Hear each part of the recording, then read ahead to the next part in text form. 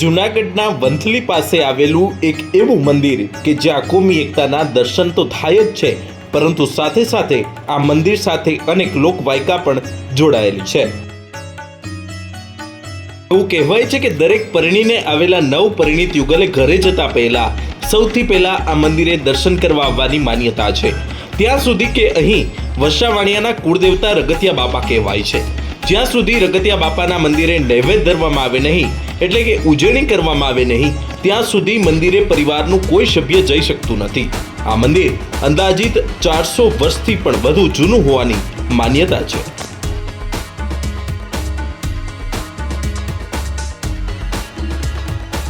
એવું કહેવાય છે કે રગતિયા દેવ એક સમય વડલા નીચે બિરાજતા હતા।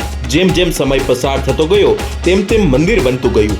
અત્યારે હાલમાં બાપાનું ભવ્ય મંદિર છે। આ મંદિર પરિસરમાં ભગવાન શિવ, ખોડિયાર માતા અને એક દરગાહ આવેલી છે। આ મંદિર 400 વર્ષ જૂનું કહેવાય છે। એવું કહેવાય છે કે માણેકવાડા સ્થિત માલ બાપા તેમના ભાઈ છે અને કણજા સ્થિત માતાજીનું મંદિર તે તેમના બહેન છે। રગતિયા બાપા અહીં જૈન લોકો પર કર નાખેલો છે। જ્યાં સુધી તેમના નૈવેદ્ય ધરવામાં ન આવે ત્યાં સુધી જૈન લોકો આ મંદિરમાં તેમના સન્મુખ આવી શકતા નથી। જ્યાં સુધી નૈવેદ્યની વિધિ ન થાય ત્યાં સુધી જૈન લોકો 60 ફૂટ દૂરથી રગતિયા દાદાના દર્શન કરે છે।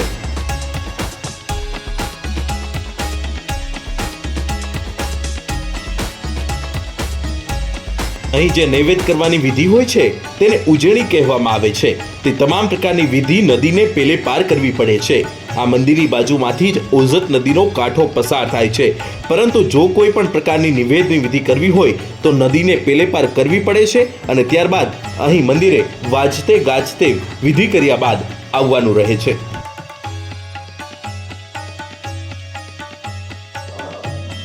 આ 400 વર્ષ જૂનું મંદિર છે અને પીર બાપાની દરગાહ છે ભેગી, બે આયરે જ છે। હિન્દુ મુસ્લિમ બે સમૂહમાં અહીંયા આવે છે। આ પછી હું વંથલી રહું છું અને હું તો 26 વર્ષથી અહીંયા સેવા પૂજા કરું છું। મંદિર પાછળનો શું ઇતિહાસ છે બાપા, કયા સ્થાયી? હવે મંદિર તો અહીંયા એક વડલો તો એની હેઠે બાપા બિરાજતા હતા। તે પછી આગળ સમય આવતો ગયો એમ પીર રગતિયા બાપાનું મંદિર બનતું ગયું અને ત્યાર પછી અત્યારે ભવ્ય મંદિર છે અને બાજુમાં પીર બાપા છે, એની બાજુમાં શંકર બાપા છે, ખોડિયારમાંની મૂર્તિ છે। બાપા એ દરગાહની અંદર જે ખોડિયારમાંની મૂર્તિ છે, આ મંદિર પાછળનો શું ઇતિહાસ શું છે?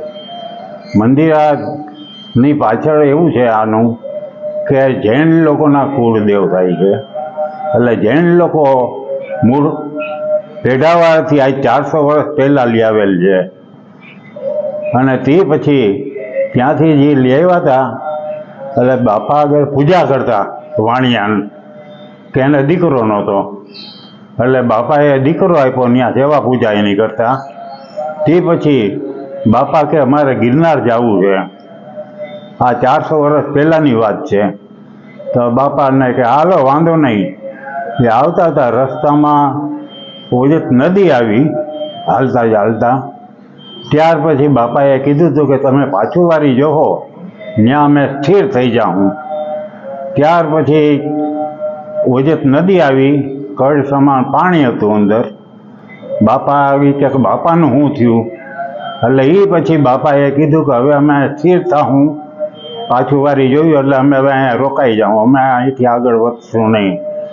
એની ભેગા હતા માલ બાપા અને કણજા કાળી નાગ છે એની બેન, એ ત્રણેય ભાંડેડા અહીંયા રોકાઈ ગયા। તે પછી અહીંથી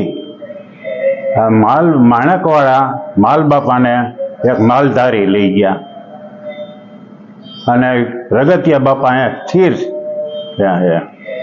તે પછી જૈન લોકોને એને ઉપર કર નાખેલો છે કે જ્યાં સુધી મારા નિવેદ ન કરો ત્યાં સુધી અમારા સન્મુખ આવવું નહીં। તે પછી જૈન લોકો 60 ફૂટ આગળ ઊભીને એના દર્શન કરે બારોબારથી, જ્યાં સુધી એના નિવેદ ન કરે ત્યાં સુધી એને અંદર સન્મુખ આવવું નહીં। અને આ 400 વર્ષ પહેલાંનું મંદિર છે।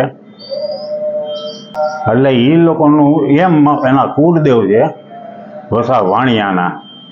અને આમે બીજી કોમે બધી માને છે પણ કહેવાય એના કુળદેવ વસાના. એને ઉજવણીમાં અડદની દાળ, ખીચડી, રોટલી, પણ આ બાજુને ઓજતના સામે કાંઠે એના નિવેદ કરવા પડે. ત્યાંથી બનાવી અને વાજતે ગાજતે અહીંયા આવે અને વરઘોડિયાને આવવું પડે અહીંયા. જેમ આપણે લગ્ન કરીએ અને વરઘોડિયા આવે એ રીતે અહીંયા આવે અને જે પૂજા પાઠ થાય એ કરવાની અને તે પછી બેનું દીકરી એની છેડાછેડી અહીંયા છોડે. તે પછી એ લોકોને અહીંયા એન્ટ્રી થાય અંદર આવવાની. બસ માન્યતા એ જ છે કે જ્યાં સુધી એના આ નિવેદ નહીં કરે ત્યાં સુધી એ અંદર નહીં આવી શકે. એટલે 20 ફૂટ છેટા ઊભા રહીને દર્શન કરે બારોબારથી. હવે આ પીર બાપા છે અને રગતિયા બાપા બે ખાસ ભાઈબંધ છે. બાજુમાં ખોડિયારમાં છે, બાજુમાં શંકરનું મંદિર છે.